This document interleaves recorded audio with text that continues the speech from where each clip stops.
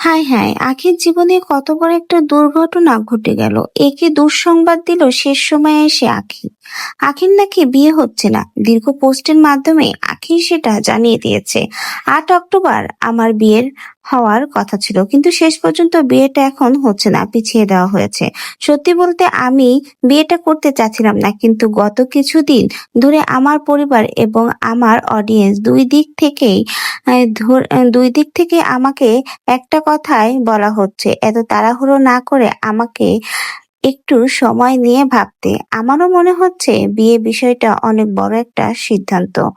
বিয়ে জীবনের অনেক বড় একটা সিদ্ধান্ত। তাই সবার কথা শুনে আমিও এবার একটু সময় নিতে চাই। নিজের জন্য, আমার সন্তানের জন্য, আমাদের ভবিষ্যতের কথা ভেবে ঠান্ডা মাথায় সিদ্ধান্ত নিতে চাই।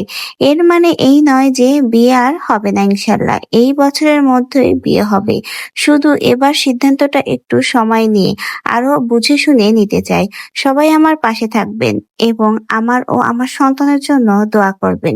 শেষ সময় এসে আখি বিয়ে পিছিয়ে দিয়েছে, কিন্তু জানিয়েছে এই বছরেই আখি বিয়ে করবে। ভেবে চিন্তে সময় নিয়ে ডিসিশন নিয়ে আখি বিয়ের পিঁড়িতে বসবে, কিন্তু 8 তারিখ মানে আজকে আর আখির বিয়ে হচ্ছে না।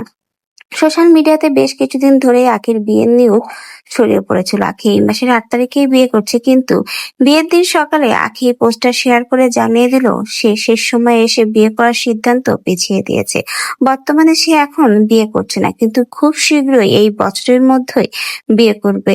আখির এই পোস্টটা নিয়ে এখন সোশ্যাল মিডিয়াতে তুমুল সমালোচনা। সকলের কথা ভেবেই নাকি এবং পরিবারের কথা ভেবেই আখি নাকি তার বিয়েটা পিছিয়ে দিয়েছে। এখন এটা কতটা সত্য বা কতটা বানোয়াট সেটা তো এখন সময়ের অপেক্ষা। তিশা হাত কিন্তু আগে থেকেই বলেছিল আখির এই বিয়েটা হবে না।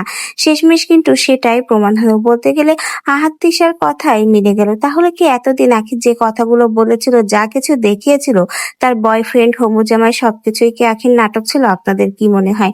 আপনাদের মন্তব্য কমেন্ট বক্সে জানিয়ে যেতে ভুলবেন না।